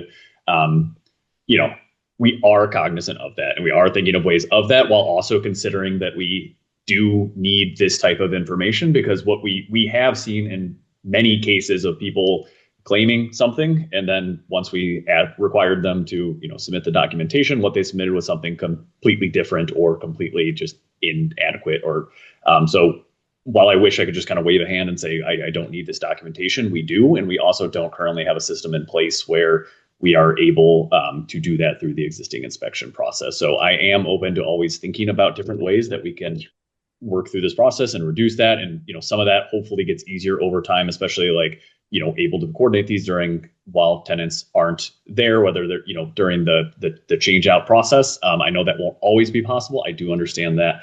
But that, this is kind of the spot that we are in at the moment with that. As for and happy to go back on and dive into more on that as we go. And I'll also note too, with the pictures themselves, all we need is that specific thing. And I do know there are, different ways and different feelings and attitudes towards I'm submitting something to the government. I do get that. I understand that. And I'm happy to work on, different ways that we can make sure that privacy is secured.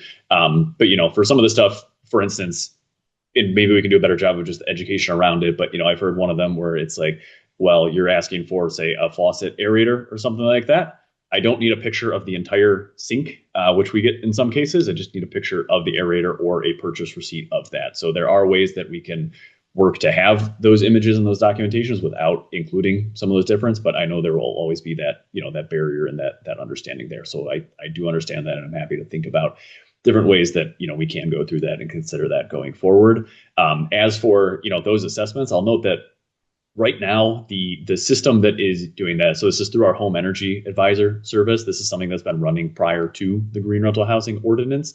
And, it wasn't originally intended to kind of be providing, this kind of service through there. So it is something we're able to do through this, but it is handled through kind of like, it is not just specifically for landlords and rental property. It is for, owner occupied housing as well. And so we do have some, capacity around that we do need to be cognizant of. Like I know right now, their capacity, for instance, has trickled up. Like right now, they're on about 2-month wait list, for instance, and that's just because of the number of again properties that need this.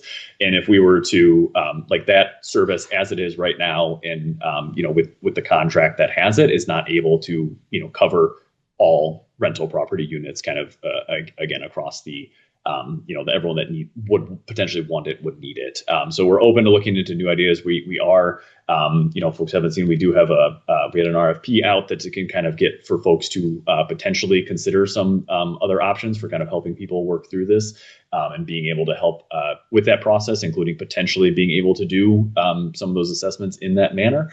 But as of right now, like under that specific contract, again, that contract was initiated before green rental housing even passed. And so, that level of capacity wasn't built into it at that time, but it's something that we could, be looking at in future iterations.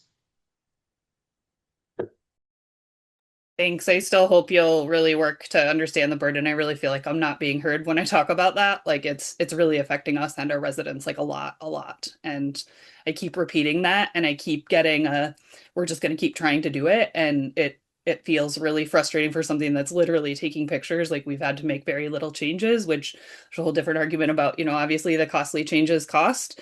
But this is really affecting renters. We are the Renters Commission. We told you this problem, and now I'm hearing that we're then again, we made an ordinance that's very laborious, and now we're hiring for more staff instead of looking at how we can reduce the burden on both of us. And that feels really wrong to me. Like I don't think that's being ethical stewards of the money when we're just asking for more staff to look at photos and things.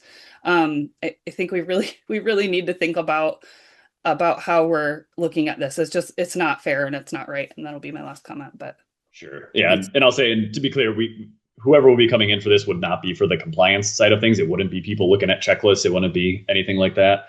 It would be more in the vein of kind of what you were talking, what we're talking about, like with the energy assessments, to be able to relieve the burden on everyone, because where they can go in and do some of that. I will also say we have seen some pretty tangible improvements from some folks. I know everyone's again in different cycles and different where they're at. But we have seen in several cases, folks have gone through, they have either done the HERS or the checklist. They have seen things that they could make and improvements that they could make that have led to, real benefits for folks, talking about things like insulation, air sealing. I know that's not always going to be the case, but we have seen these, and we have seen these benefits that have been conveyed to the folks who are living there. And so there have been improvements, and we have seen those going. And we're excited to see that, and also acknowledging, where we're at in this process, and where we can improve and what we can do to improve. So we do hear that. We do hear that there are some of these things, and we are working towards finding ways that we can make these improvements as we go. When you talk about the RFP, are you talking about the one that was earlier this month that I believe is closed? And because I think that one, if I'm remembering correctly, was for technical assistance for the landlords. I don't remember it saying that they were going to provide assessments. Yeah, so Is there a new one it that's is that coming out? RFP. No, it's the same one, and the technical assistance could broadly mean anything, and so those like the different proposals we're looking at is different ways to be able to help folks move through that process, whether that be through something like an assessment, whether it can be reducing the burden in other ways, which frees up more capacity for that home energy advisor to be able to do more assessments. So in either situation, it would be enabling more of that, and also hopefully working through some different processes, different ways to streamline it, and to help again just reduce the level of administrative burden on both sides. And when someone passes the HERS or they score the was it, I forgot, is it 130 points on the checklist? Right now sorry. it's 7. No, you're okay. Right now it's 70. Starting in July of 2028, it's 110. 110. Okay. So if someone passes the 110 points on the checklist, since that's the higher number, then will they have to complete the checklist again, or are they done? Yeah, they will again. A lot of the documentation though can be the same exact documentation. That's fine. It's just there's some of the materials, particularly things like the renter education materials, for instance, or some of the maintenance things that could be in there are things that need to be done yearly, and so those ones would need to be recertified at that time. But a lot of the stuff can just use the same documentation at a future cycle. And is that clear in the information for that you guys have for renters and for landlords, that it's not a one and done once they've met that benchmark?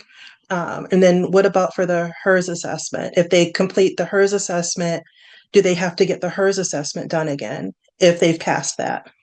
The HERS is one and done because it is purely looking at the building itself and the performance of the building. That's something that is consistent. So that is communicated. Everywhere we put that, that's like the first or second thing you see about the HERS. I will acknowledge that, look, we don't explicitly state on there that the checklist is something that would need to be done every time. So I can make that change. It's something that we communicate to folks when we talk about, but I could put that on the website, and I will make a note Yeah, it should myself to do probably be in that. writing Yep. so people don't get upset later. Yeah, absolutely. I think, yeah, I'll check all our stuff just to make sure. I know it's a thing we regularly communicate, but I'm not sure exactly if I know it's not on the website there at least. So I will check on those. So thank you for that. Thank you. Does anyone else have any more questions, or can we let Joe get on to his 3-day weekend? I don't see anything. So thank you, Joe, for coming to the Renters Commission. I hope that later, when does the first official report come out about with the data? Yeah, we were looking at, I mean, we have just kind of like internal things like as they, just like checking each month on just kind of how things have been going. But the plan was kind of annually to be able to have a more in-depth report for that. So that would, the year would wrap up. It would be a year in January. And so hopefully after that, just kind of a more, fleshed out report with more data, trends, things like that. Okay, yeah, it would be great to know in a year, year and a half, how things have gone and what changes have been made, and what's been successful. Absolutely. And like I said, I've written down notes from everything we got, and I will get going and looking at those and reporting back on that. So thank you. All right, well, thank you, and we'll go ahead and move forward on the agenda. We have 1, 2, 3, 4, 5. There are 6 of us right now, and since we didn't vote on the agenda, I want to go back and approve tonight's agenda, and then approve the minutes from April and May. So first, can I get, sorry, there's been 2 presentations. Ah, oh boy. Can I get someone to move the approval of the agenda for tonight? I'll motion. Second. Thank you. Thank you.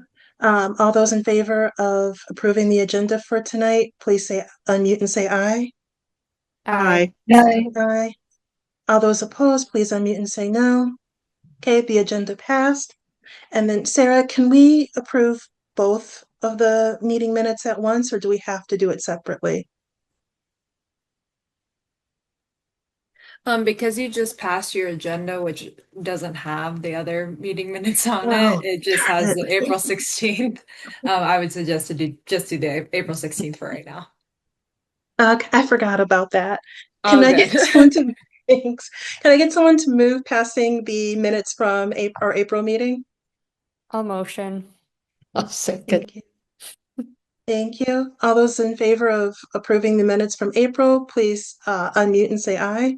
Aye. Aye.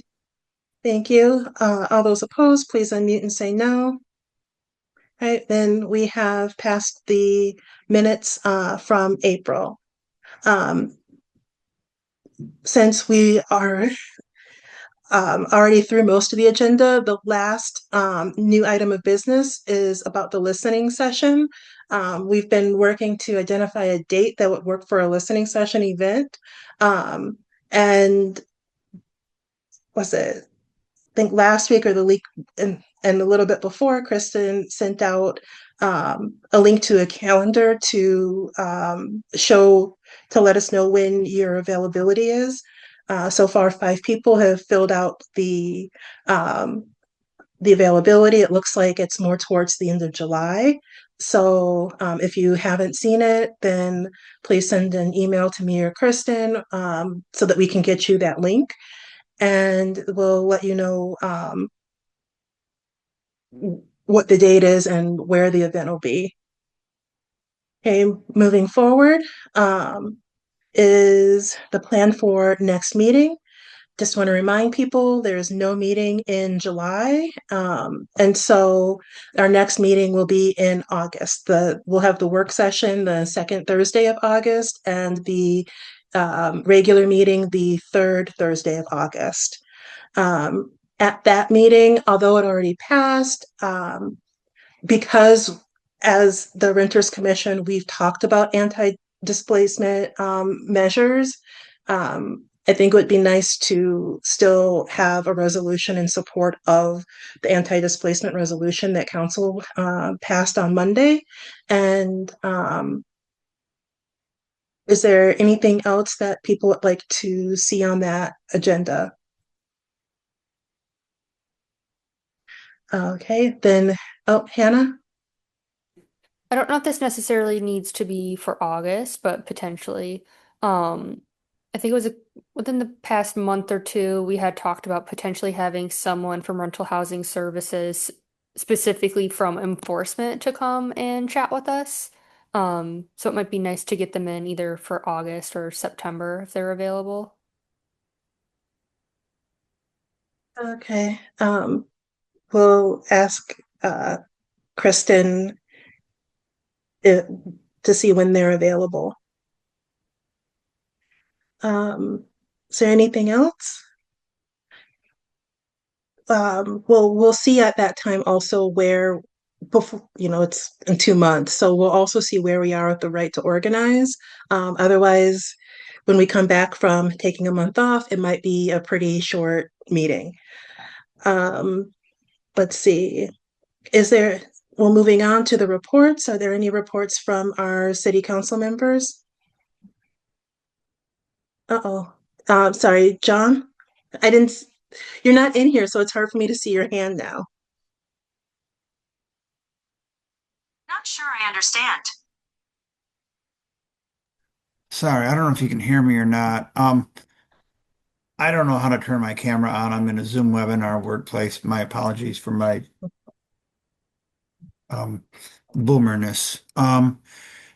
Kristen and I have been working with rental housing on a new complaint form for rental housing that incorporates different aspects of complaints related to, that tenants might have regarding the conditions, regarding the right to renew, regarding application fees and tenancy fees, pre-tenancy fees, all kind of, because there are new ordinances and there are new forms, and it's just, we think it would be better to combine them into one if we could, so that it's kind of like a nonstop complaint form. So we've been working on that. We're going to be working with rental housing on that.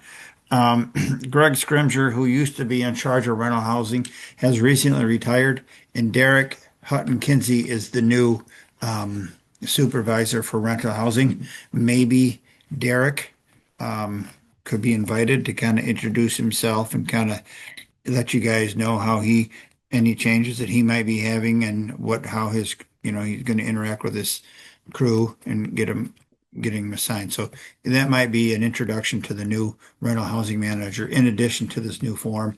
And the city attorney's office is in the process of reviewing the right to organize ordinance that was provided to this commission. Thanks, John. And yeah, I agree with one form. It gets a little confusing when there's multiple ones. And also, yeah, I think it would be a good idea to have the new head to Greg to come out and introduce himself and talk about kind of his vision.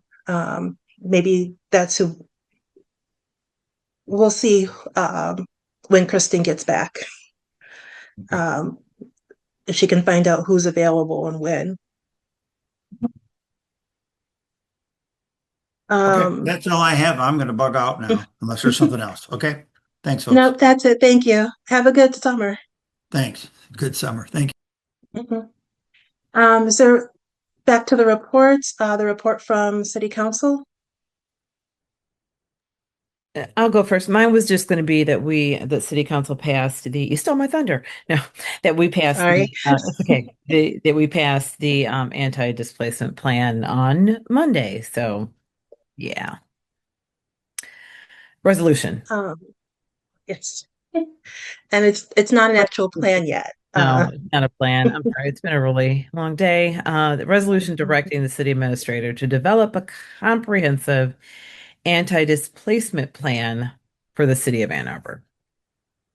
That was the resolution that passed on Monday. Thank you. And we appreciate you was it sponsoring? Yes, it has been a long day. Sponsoring the resolution and for the city council members who voted on that. I understand that it's separate from the comprehensive land use plan and zoning and is more about the like the social services and other needs that renters have that can cause them to become displaced. And so the idea of the city working in tandem like that. Yeah. Yeah, it's really great to see. So thank you. Yeah, you're welcome. And to be clear, there are so many reasons an individual can be displaced. Many, many, many reasons and circumstances that could cause a resident to be displaced. So yeah. Yeah, and it would be nice, and it would be nice to have something all in one place, as we learned tonight when Hannah said that she was looking for what was presented tonight, and it's like go to this, go to emergency management, then go to OSI, then go to the Renters Commission, then go to the county. It's very difficult when you're going through a traumatic situation to navigate all sorts of different sites to try to find what you need. And so having something centrally located is also from the city itself is also needed. Yes, when you're in crisis, it's very difficult. It just creates a burden really on individuals when they're going through unexpected circumstances and are experiencing a crisis, like you said. So yeah, I'm happy about it. Yeah. Thank you. Councilmember Regina? Yeah, just briefly, on right to organize and a few other Tenants Bill of Rights items. Councilmember Harrison, Councilmember Cornell, and I believe the mayor will be joining me and city staff early next week to kind of continue talking about this and trying to move things through the process. So we're trying to speed things up there a little bit. And then also, obviously, as you can tell from the fact that you had to wait until just a few moments ago to pass your agenda, we still have vacancies. And so I have had a couple of conversations with folks trying to get them to apply. I need to go in and see if they did. Please continue encouraging people to apply. We really need to get some new applicants in so that we can fill some vacancies. It's hard to get people to sign up for things in the summer.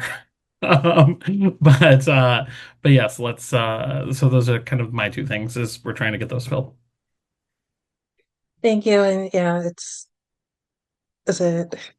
been an experience, but we're glad to know that More council members are meeting to talk about the right to organize. It's pretty exciting. So thank you for that. Sorry that Sheila wasn't here to hear the update, but moving forward, are there any commissioners with any updates? I know Kristen isn't here tonight, but Sarah, do you have anything on Kristen's behalf? And I'm there. Just that the August 4th election is on August 4th. So we are in full swing in the clerk's office, and so everybody remember to vote. Yeah. Oh my gosh, that's right, because it's before our next meeting. Thank you. Um, and when do mail-in ballots come out? We start sending them out next Thursday. Okay. Thank you. And next on the agenda is the second public comment period.